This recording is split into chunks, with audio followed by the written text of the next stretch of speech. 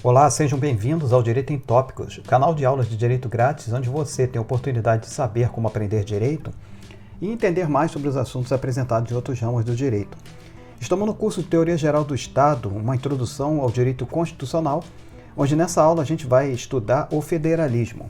Mas antes de começar, gente, se inscreva no canal e dê uma conferida nos nossos livros e no curso de Direito Constitucional, que está também na descrição desse vídeo e na descrição do canal. E qualquer dúvida sobre esses links e esses acessos, é só acessar nosso site lá, direitoemtópicos.com. Beleza? Então vamos lá. Federalismo, né? Bem, como vimos, os estados eles podem se dividir em diversas formas. Mas no que tange ao direito público interno, gente, a sua divisão ela pode se dar como estados unitários e estados federais. O Estado unitário é aquele em que há uma única organização política, ou seja, a sua organização política ela se dá de forma singular. Nesse tipo de Estado, há um único governo que possui plena jurisdição nacional. Não há divisões internas, salvo no que diz respeito às atividades administrativas, ou seja, mesmo sendo dividido em municípios, distritos ou departamentos, o que se tem são apenas divisões administrativas, o Estado é único. Já no Estado federal, é aquele estado em que há uma divisão política autônoma em suas províncias, onde há duas fontes de direito público, o nacional e o provincial.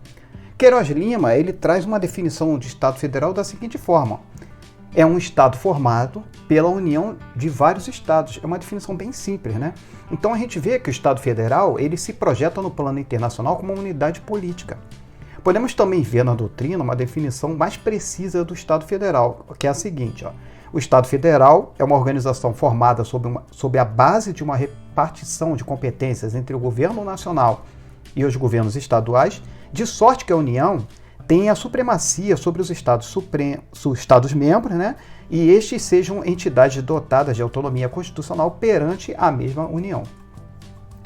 Lembrando que vimos na aula anterior que a doutrina tem elencado como característica essencial do Estado Federal o sistema federativo segundo o modelo norte-americano, que é da seguinte forma: é uma distribuição de poder de governo em dois planos harmônicos, né, que a gente viu, um sistema judiciarista, a composição bicameral do poder legislativo e constância dos princípios fundamentais da Federação e da República.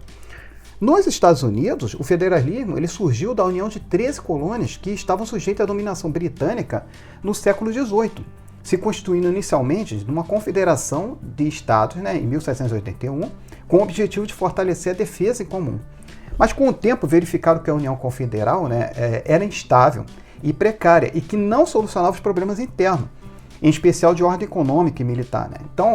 Então, os estados pactuantes elaboraram a Constituição Federal de 1787 e estruturaram o federalismo. No Brasil, o sistema federal é do tipo orgânico, ou seja, é um sistema federal muito mais rígido. Durante o Brasil Império, o Brasil era um estado unitário, ele era dividido administrativamente em províncias.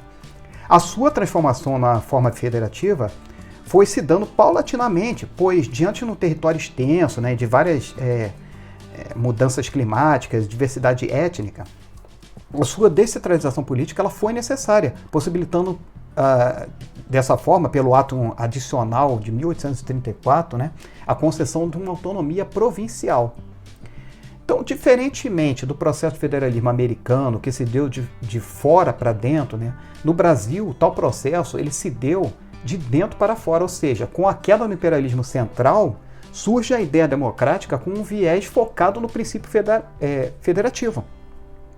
Mesmo diante dos esforços para salvar a monarquia, em 1891 foi criada uma nova Constituição brasileira que passava a estruturar o federalismo brasileiro segundo o modelo norte-americano. Vamos ver aqui sobre federalismo orgânico. A Federação Brasileira, como a gente viu, é uma federação orgânica, pois há poderes superpostos onde os Estados-membros se organizam conforme a União Federal. As constituições estaduais elas devem se espelhar na Constituição Federal, se subsumindo ao princípio da hierarquia. Uma definição para a explicação é a seguinte: a União nada pode fora da Constituição. Os Estados só não podem o que for contra a Constituição. O que se quer dizer é que os Estados-membros o que se espera deles é que as suas constituições estaduais não contradigam as bases essenciais da Constituição Federal. Então, com o tempo, o sistema brasileiro ele foi se distanciando do sistema norte-americano se tornando o chamado federalismo orgânico, como a gente viu aqui, beleza? Então, a gente chega ao final de mais uma aula de Teoria Geral do Estado, uma introdução ao direito constitucional, onde a gente estudou o federalismo. Na próxima aula a gente vai estudar as formas de governo. Então a gente vai ficar por aqui e até uma próxima aula.